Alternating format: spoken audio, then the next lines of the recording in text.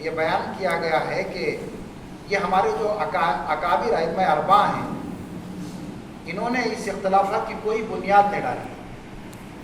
اس کے بعد آنے والے جو لوگ نیچے کے ہیں ان لوگوں نے دراصل اختلافات پیدا کیے ہیں. امام شافعی رحمۃ اللہ علیہ تشریف لے جاتے ہیں اور موقع ملتا ہے اکابر علماء کی جگہ پر جاتے ہیں تو کبھی کبھار وہ بھی انہی کے طریقے کے مطابق نماز ادا کرتے ہیں. یہ بڑی بڑی مثالیں ہیں وسعت ظرفی کے ساتھ. تو معلوم یہ ہوا کہ بڑا کام کرنے کے لیے بڑا دل چاہیے، بڑی فکر چاہیے. تنگ دل لوگ بڑا کام انجام نہیں دے سکتے. وسعت فکر چاہیے، وسعت قلب چاہیے. تو یہ جو کام ہے شہادت علی الناس، شہادت حق، امر بالمعروف و نہی عن المنکر، یہ بہت بڑا فریضہ ہے. علماء کرام نے لکھا ہے کہ امر بالمعروف و نہی عن المنکر کا بہت براڈ پرسپیکٹو کے اندر بہت وسیع مفہوم یہ ہے کہ برائی ہر سطح پر مٹ جائے، اور سب سے بڑی برائی شرک کی برائی ہے. اس سب سے بڑی برائی کا خلا خما کرنے کے لیے اس امت کو پیدا کیا گیا ہے، اور یہ ذمہ داری علماء کرام کے اوپر ہے کہ اس پورے امت کی ذہن سازی کی جائے. ذہن سازی کے مقام پر بٹھایا گیا ہے. ان کو تیار کیا جائے، ان کی تربیت کی جائے، ان کی اصلاح کی جائے، ان کو دین کی طرف راغب کیا جائے، دعوت کا کام کیا جائے، اور اس بڑے پیمانے پر کام کیا جائے کہ پوری انسانیت اسلام کی طرف رواں دواں ہو سکے. یہ بڑا اہم کام ہے. ضرور عوام کو یہ بات بتائی جائے کہ نماز، روزہ، زکوٰۃ، یہ سب چیزیں کرنا ہے، سب جنت میں جانے کی چیزیں ہیں. اس کے بغیر کوئی جنت میں نہیں جا سکتا. لیکن یہ مکمل دین نہیں ہے. قرآن مجید نے اس کو دین نہیں کہا ہے. دین کا ایک پارٹ ہے، دین کا ایک حصہ ہے. ساری سیرت کا مطالعہ کرنے کے بعد ہم کو جو بات سمجھ میں آتی ہے، علماء کرام نے اپنی کتابوں میں بہت شرح و بسط کے ساتھ بیان فرمایا ہے. وہ یہی ہے کہ دین کے تقاضے مکمل کرنا چاہیے. دیکھیے، میں ابھی ایک کتاب ریفر کر رہا تھا، اس میں کچھ علماء کرام، بالخصوص جمعیت العلماء کا بھی جو مقصد بتایا گیا ہے اس پر میں آپ کو پڑھ کے سناؤں گا. مولانا عبداللہ درخواستی رحمۃ اللہ علیہ، انہوں نے 1962 میں ان کے الفاظ غور سے سماعت فرمائیے. میں سیاسی آدمی نہیں ہوں اور ملک کے صدر اور تمام افسروں سمیت ہر شخص پر واضح کر دینا چاہتا ہوں کہ مجھے مارچ کی سیاست نہیں آتی، مگر قرآن و سنت کی سیاست کو میں چھوڑ نہیں سکتا. میری سیاست قرآن و حدیث ہے، اور قرآن و سنت کے نظام کی بالادستی ہمارا سب سے بڑا مشن ہے. اس سے ہم کبھی دستبردار نہیں ہو سکتے. ہم چاہتے ہیں کہ ملک میں قرآن کا نظام آئے، حدیث رسول کا نظام آئے، اسلامی احکام کی حکمرانی ہو. اس سے ہم کبھی دستبردار نہیں ہو سکتے. ابن تیمیہ رحمۃ اللہ علیہ نے جو مجموع فتاویٰ میں بیان فرمایا ہے، اللہ تعالیٰ نے امر بالمعروف و نہی عن المنکر کو واجب قرار دیا، اور یہ عمل طاقت اور امارت کے بغیر پورا نہیں ہو سکتا. ظاہر ہے کہ امارت کا تعلق طاقت سے ہے، طاقت کا تعلق غلبے سے ہے، غلبے کا تعلق جدوجہد سے ہے، اور اس کے بعد اللہ تبارک و تعالیٰ کا یہ حکم چلے گا وَمَن لَّمْ يَحْكُم بِمَا أَنزَلَ اللَّهُ فَأُولَٰئِكَ هُمُ الظَّالِمُونَ. یہ کب ہوگا؟ یہ اس وقت ہوگا جب یہ امت مظلومی کے دور سے نکل کر طاقت کے دور میں داخل ہو جائے.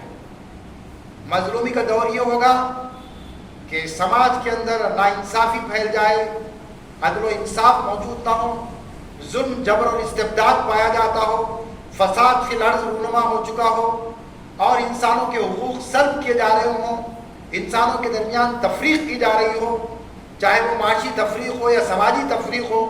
ذات پات کا نظام جس کو اللہ تعالیٰ نے منع فرمایا ہے، یا ایھا الناس اتقوا ربکم الذی خلقکم من نفس واحدہ کہنے کے بعد اس پوری دنیا نے ذات پات کے نظام کے اندر انسانوں کو تقسیم کر دیا ہے. اور جو عدل و انصاف، ان اللہ یأمر بالعدل والاحسان وایتاء ذی القربى وینہی عن الفحشاء والمنکر فرمایا. تو اس نظام دنیا نے کیا کیا کیپٹلسٹ سوسائٹی نے کہ کچھ ہیوز اینڈ ہیو ناٹس پیدا کر دیے. کچھ امیر سے امیر ترین ہوتے چلے جا رہے ہیں، ٹریلینز آف ڈالرز وہ کما رہے ہیں، اور غریب نان شبینہ کے لیے تڑپ رہا ہے. یہ کس کی ذمہ داری ہے؟ کیا آپ امید رکھتے ہیں کہ موجودہ نظام اس کے اندر تبدیلی پیدا کرے گا؟ ہرگز نہیں کرے گا۔ یہ تو صرف انہی کا کام ہے جو ایمان و اعتقاد اللہ تعالیٰ کے ذات کے بارے میں رکھتے ہیں، جن کا ایمان اتنا مضبوط ہو کہ اپنے فکر کی ایسی پختگی کہ وہ پھر اپنی استقامت کا ثبوت دیں، وہی لوگ یہ کام انجام دے سکتے ہیں۔ معاشی عدم مساوات یا عدل و انصاف سے ہٹی ہوئی انسانیت، بے روزگاری سماج کے اندر عام ہے۔ اللہ کے رسول صلی اللہ علیہ وسلم نے تو یہاں تک فرمایا تھا کہ وہ مومن ہو نہیں سکتا جس کا پڑوسی جو بھوکا رہ جائے، اور پورا سماج فاقے کا شکار ہو جائے، بھوک کا شکار ہو جائے، غربت کا شکار ہو جائے۔ اس سارے نظام کو بدل دینا یہ کس کا کام ہے؟ یہ اماموں کا کام ہے، یہ علماء کا کام ہے۔ یہ کیسے ہوگا؟ یہ جد و جہد سے ہوگا۔ یہ کیسے ہوگا؟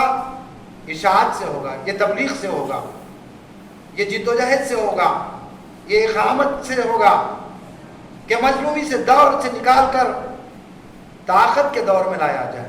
اور ہوگا، ضرور ہوگا، جس طرح اس بات کا یقین ہے کہ کل سورج طلوع ہوگا جب تک قیامت برپا نہ ہو۔ اسی طرح اسلامی نظام انشاءاللہ اس دنیا میں برپا ہوگا، ضرور آئے گا۔ ہر کچے پکے گھر کے اندر اسلام داخل ہو جائے گا۔ میرے آپ کے اس پوری امت کے، پوری انسانیت کے نبی نے اس پیشن کو ہی تو فرمایا۔ ہمارا یقین ہے، ہمارا ایمان ہے، دنیا بھر کے اندر پہلی بھی تحریکات اسلامی اس بڑے محاذ کے لیے کام کر رہی ہیں۔ چپے چپے کے اندر نظام اسلامی کے احیا کا کام چل رہا ہے۔ علماء اپنی زندگیوں کی قربانیاں پیش کر رہے ہیں، اسلام پسند لوگ اپنی زندگی کی قربانیاں پیش کر رہے ہیں۔ ان کا جو خون بہ رہا ہے اس پوری امت پر احسان ہے، اس پوری امت پر احسان ہے ان کا، کہ اس اسلام کے احیا کے اور غلبے کے لیے جو کام کر رہے ہیں، یہ کام اس ملک کے اندر بھی کرنا ہے۔ جب کسی کو انفرادی طور پر بیماری آ جاتی ہے تو اس کا علاج انفرادی طور پر ہو جا سکتا ہے، بہت زیادہ سیریس مسئلہ نہیں۔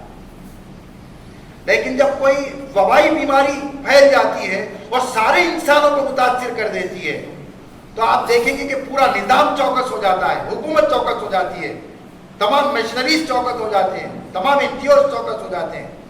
آج اسلام کو نظریاتی چیلنجز ہیں، فکر کے میدان میں بھی ہے، عمل کے میدان میں بھی ہے، امت کی اصلاح کے میدان کے اندر بھی ہے، دعوت کے میدان کے اندر بھی ہے، برادران وطن کے ساتھ ہمارے کمیونیکیشن اور گیپ کو ختم کرنے کے میدان میں ہے، اسلام سے متعلق پائی جانے والی اور پیدا کی جانے والی ان دونوں قسم کی غلط فہمیوں کو دور کرنے سے بھی متعلق ہے۔ ایک بہت بڑا محاذ ہمارے سامنے کھڑا ہوا ہے، ذمہ داریوں کا محاذ ہے، مصروفیت کا محاذ ہے، کام کرنے کا محاذ ہے۔ یہ ساری جد و جہد اقامت دین کی جد و جہد ہے کہ اللہ کا دین قائم ہو جائے، نمازوں میں بھی، روزے میں بھی، زکوٰۃ میں بھی، حج میں بھی، معاملات میں بھی، لین دین میں بھی، تجارت میں بھی، سیاست میں بھی، سماج میں بھی، معیشت کے اندر بھی، معاشرت کے اندر بھی، خاندان کے اندر بھی۔ نظام خاندان سب سے بڑا چیلنج بنا ہوا ہے۔ میں کافی ایک بڑی لمبی گفتگو کر سکتا ہوں کہ اس وقت نظام خاندان کو کیا چیلنجز ہیں۔ مغرب اس وقت لڑتا باندام ہے، اسلام کے نظام خاندان سے وہ حیران و پریشان ہے۔ اس وقت اس کے سامنے سب سے بڑا چیلنج ہے۔ اس وقت رسالت محمدی صلی اللہ علیہ وسلم کے چیلنج کے بعد اگر سب سے بڑا چیلنج ہے جس پر مغرب بہت حیران و پریشان ہے تو اسلام کا نظام خاندان ہے۔ پوری دنیا جس بے راہ روی کی حالت میں آ چکی ہے، اس وقت ایک ہی کے پاس نسخہ کیمیا ہے، وہ اس امت کے پاس ہے، امت کے علماء کے پاس ہے۔ اب یہ ذمہ داری ہے کہ اس خزانے کو سب کے لیے بانٹا جائے۔ ہوا جس طرح عام ہے، پانی جس طرح سے عام ہے، اللہ تعالیٰ نے سورج کی روشنی کو جس طرح سے عام فرما دیا ہے، یہ علماء کرام کی ذمہ داریوں میں ہے کہ اسلام کو بھی اس طرح سے عام فرما دے، سب کے لیے عام فرما دے، پوری انسانیت کے لیے، دعوت کے میدان میں، اصلاح کے میدان میں، تربیت کے میدان میں، فکر سازی کے میدان میں۔ یہی دراصل اقامت دین ہے۔ کیسے ہونا چاہیے؟ اجتماعیت کے ساتھ ہونا چاہیے۔ کیوں ہونا چاہیے؟ یہ حکم ہے، یہ فرض ہے۔ اللہ نے اپنے جتنے جلیل القدر انبیاء کو اس کام کے لیے منتخب فرمایا اور ذکر کیا ہے، اس میں سے 5 انبیاء کا تو ہم نے ذکر سنا ہے سورہ شورى میں۔ نوح علیہ السلام، ابراہیم علیہ السلام، موسیٰ علیہ السلام، عیسیٰ علیہ السلام اور اسوہ کاملہ اور اسوہ حسنہ حضرت محمد صلی اللہ علیہ وسلم کا تو ذکر ہی کیا ہے. آپ نے تو پوری دنیا کے لیے کام کر دیا, قیامت کے لیے کام کیا. پوری لسٹ آپ دیکھ لیجیے, حضرت لوط علیہ السلام, شعیب علیہ السلام, یحییٰ علیہ السلام اور جتنے بھی انبیاء ہیں سب نے اسی کام کے لیے اپنے آپ کو وقف کیا تھا. ظاہر ہے کہ یہ بڑی ذمہ داری اس وقت تک انجام نہیں دی جا سکتی جب تک یہ علماء کرام اس کام کے لیے نہ کھڑے ہو جائیں. میں بہت ہی ادب و احترام کے ساتھ کہنا چاہتا ہوں, کسی بھی شک اور شبہ کی بنیاد پر نہیں کہنا چاہتا ہوں, پورے اعتماد کے ساتھ کہنا چاہتا ہوں. مجھے یقین ہے کہ علماء کرام جس طرح سے قرآن اور سنت کے علم میں دسترس رکھتے ہیں, موجودہ پیدا ہونے والے مسائل اور ایشوز اور چیلنجز پہ بھی دسترس رکھیں. کیا صحیح مسائل جا رہے ہیں, مسلمانوں اور اسلام کے تشخص کے کیا مسائل کھڑے ہوئے ہیں اور ان کو کیسے ایڈریس کرنا ہے. ہر جمعہ کے موقع پر اللہ تبارک و تعالی ہمارے سامنے سینکڑوں لوگوں کو بٹھا دیتا ہے. ہمارے طرز گفتگو کو بدلنے کی ضرورت ہے. جو طرز فکر امت میں منتقل کرنے کی ضرورت ہے وہ ان کو اسلام کے علمبردار کے حیثیت سے اٹھانے کی ضرورت ہے.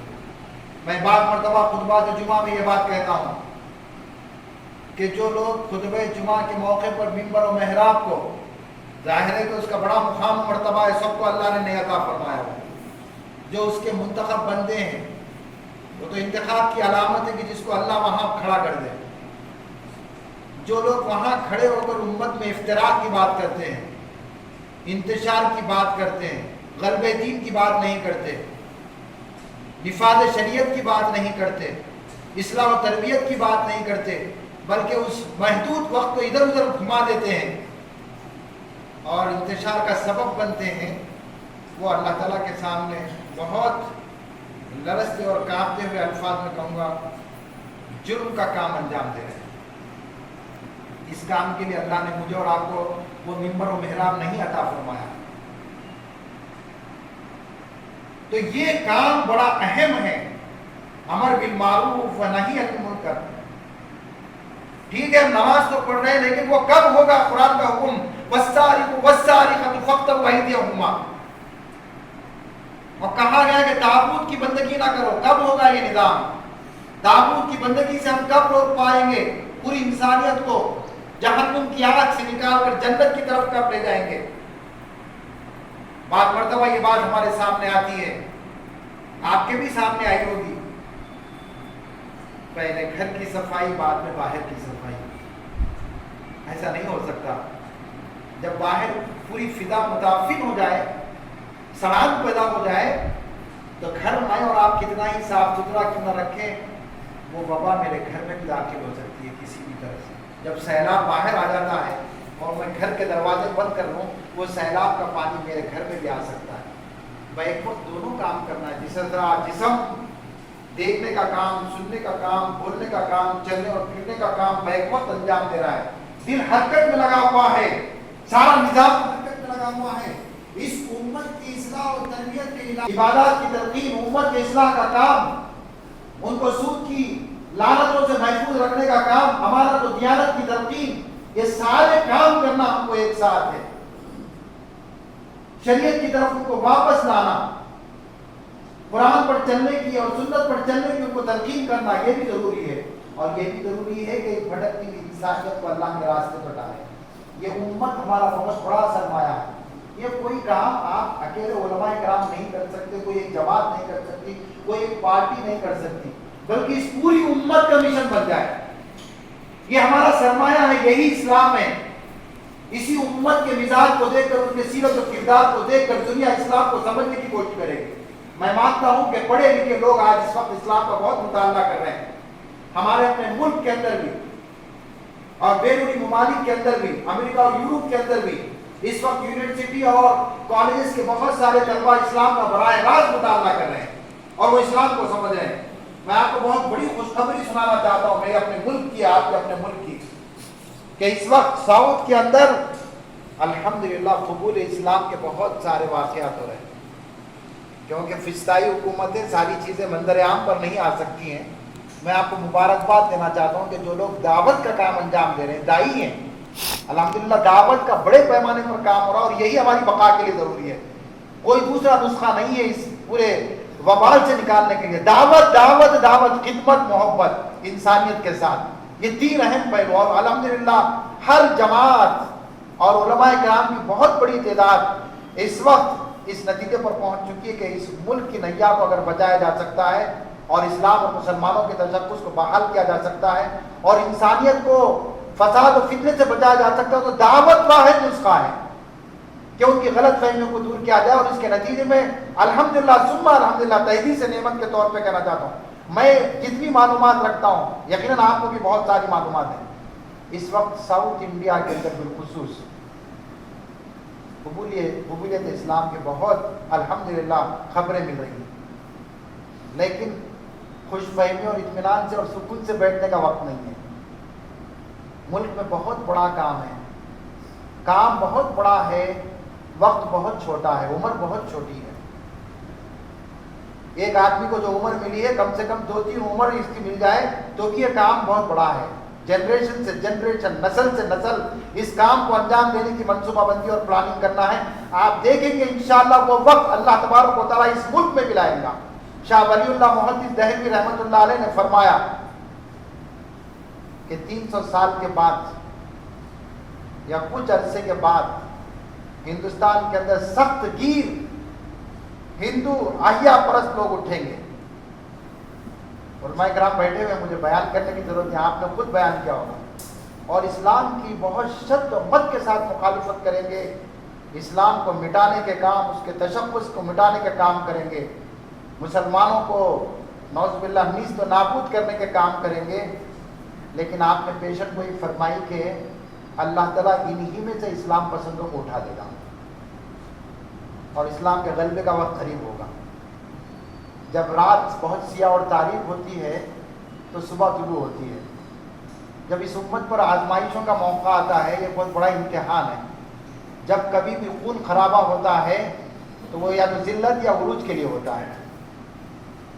اور علماء کرام فرماتے ہیں کہ یہ جو موقع ہے جو اس وقت پوری دنیا کے اندر مسلمانوں کے ساتھ خون خراب آ رہی ہے اور اس کے عروج کا دور ہے. لیکن صرف تمنا اور خواہشات سے دنیا میں کبھی کوئی تبدیلی پیدا نہیں ہوئی. تمنا اور خواہش کبھی انسان کی کسی دنیاوی مادی ضرورت کو بھی مکمل نہیں کر سکتے. چجائے کہ اتنی بڑی ضرورت جو غلبہ دین اور اقامت دین کی ہو وہ کیسے مکمل ہو سکتی ہے، جس کے لیے انبیاء اور رسولوں نے اور صحابہ کرام نے اور ان کے بعد اسلاف نے، علماء کرام نے، تابعین اور تبع تابعین نے کتنا بڑا کارنامہ انجام دیا. تو یہ کام کرنا ہے، یہ ہمارا فریضہ ہے. یہ سننے سنانے کا موضوع نہیں ہے، یہ کرنے کا کام ہے، منصوبہ بندی کے ساتھ کرنے کا کام ہے. میں اپنی گزارش کو رکھتے ہوئے آپ سے رخصت ہونا چاہتا ہوں. ہمارے درمیان اس وقت صدر وفاق العلماء تشریف فرما ہے، پھر آپ علماء کرام بھی، ہم آپ سے بھی استفادہ کرنا چاہتے ہیں کہ غفلت کے دن ختم ہو گئے، بیٹھنے کے دن ختم ہو گئے، حرکت و عمل کے دن بہت تیز گامی کی طرف متعین کر رہے ہیں، متوجہ کر رہے ہیں کہ اٹھو، اب کوئی چیز بچا نہیں سکتی. اللہ کے فرشتے ضرور آئیں گے لیکن یہ کام کے لیے نہیں آئیں گے، مدد و نصرت کے لیے آئیں گے. اللہ کے فرشتے آ کر یہ غلبہ دین اور اقامت دین کا کام انجام نہیں دیں گے. جن کو مکلف بنایا گیا ہے اگر وہ کام کریں گے تو اللہ کے فرشتے آ کر اپنی مدد و نصرت کریں گے اللہ کی جانب سے.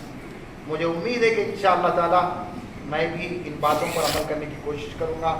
ہم سب اپنے مقام و منصب کو پہچانتے ہوئے اس پر عمل کرنے کی کوشش کریں گے. دعائیں بھی فرمائیے، دعا کے بغیر کچھ نہیں ہو سکتا. جتنے بڑے بڑے علماء کرام، راضی، کشاف، جتنے بھی ہم دیکھتے ہیں، غزالی، راتوں کو اٹھ کر اللہ کے حضور گڑ گڑا کر دعا کرتے ہیں اور اللہ نے ان کی دعاؤں میں ایسی تاثیر رکھی کہ اللہ نے قلوب کو بدل دیا. انسان اپنی جد و جہد اور اپنی کوشش سے کچھ حاصل نہیں کر سکتا جب تک کہ اللہ تعالیٰ کی مدد و نصرت کی بارش نہ ہو. اخلاص اور الہیت، اللہ تعالیٰ کی مدد و نصرت، شرف قبولیت اور اللہ تعالیٰ کی رضا، یہ 4 بڑے اہم کام ہیں. اس کی بار بار دعا ہم کو سب کو مانگنا چاہیے کہ کہیں ہمارا پیر نہ پھسل جائے، کسی مقام پر شیطان نہ اچک لے. بہت محتاط راستہ ہے، جس طرح پل صراط کی طرح اخلاص الہیت کا راستہ، اللہ تعالیٰ کی مدد و نصرت کو طلب کرنے کا راستہ، جب تک سر رکھ کے نیچے زمین پر نہیں دعا مانگی جائیں گی یا ہاتھ اٹھا کر دعا نہیں مانگی جائیں گی، اس کام کی کامیابی کے کوئی امکانات نہیں ہو سکتے۔ اللہ تعالیٰ سے دعا ہے کہ اللہ تعالیٰ ہماری ان ساری سعی و جہد کو قبول فرمائے۔ ربنا تقبل منا انك انت السميع العليم وتب علينا انك انت التواب الرحيم ربنا لا تزغ قلوبنا بعد إذ هديتنا وهب لنا من لدنك رحمة انك انت الوهاب ربنا هب لنا من ازواجنا وذرياتنا قرة اعين واجعلنا للمتقين اماما ربنا آتنا في الدنيا حسنة وفي الآخرة حسنة وقنا عذاب النار وادخلنا الجنة مع الأبرار يا عزيز يا غفار يا رب العالمين ربنا ظلمنا أنفسنا وإن لم تغفر لنا وترحمنا لنكونن من الخاسرين وآخر دعوانا الحمد لله رب العالمين۔ مولانا عبدالرحیم حامد لطیفی صاحب رکن مجلس عاملہ وفاق العلماء تلنگانہ سے بہت اہم موضوع پر خطاب سماعت کر رہے تھے۔ جیسا کہ پہلے کہا جا چکا ہے، اپنے اس نشست کے اندر جو علماء بیٹھے ہوئے ہیں ان سے گزارش کی جاتی ہے کہ کوئی آ کر ابھی مولانا کا جو اہم خطاب ہوا ہے اس خطاب کے روشنی میں یا جو موجودہ دور میں جو ہمارے سامنے جو مہم چل رہی ہے اس کے تعلق سے، اقامت دین کے تعلق سے کچھ مشورے، کچھ ہدایتیں اگر کچھ دینا چاہے تو 3 منٹ وقت دیا جاتا ہے کہ مقامی علماء اور اطراف کے علماء سے کہ وہ آ کر جو ہمیں مشورے۔ بسم اللہ الرحمن الرحیم نحمدہ ونصلی علی رسولہ الکریم اما بعد۔ ساتھیوں اور دوستوں، یہ عالم اجداد ہے۔ یہاں پر اللہ تعالیٰ نے ہر اثر کے مقابلے میں نقل پیدا فرمایا ہے، اور نقل کو اس لیے پیدا فرمایا تاکہ اصل کی اچھائیاں لوگوں کے سامنے آ جائیں۔ اللہ تعالیٰ نے اسلام کو پیدا فرمایا تو اس کے مقابلے میں کفر کو پیدا فرمایا تاکہ اسلام کی اچھائیاں سامنے آ جائیں۔ روشنی کو پیدا فرمایا اس کے مقابلے میں اندھیرے کو پیدا فرمایا۔ اگر اندھیرا نہ ہوتا تو روشنی کی قدر کوئی نہیں کرتا۔ صحت کو پیدا فرمایا تو اس کے مقابلے میں بیماری کو پیدا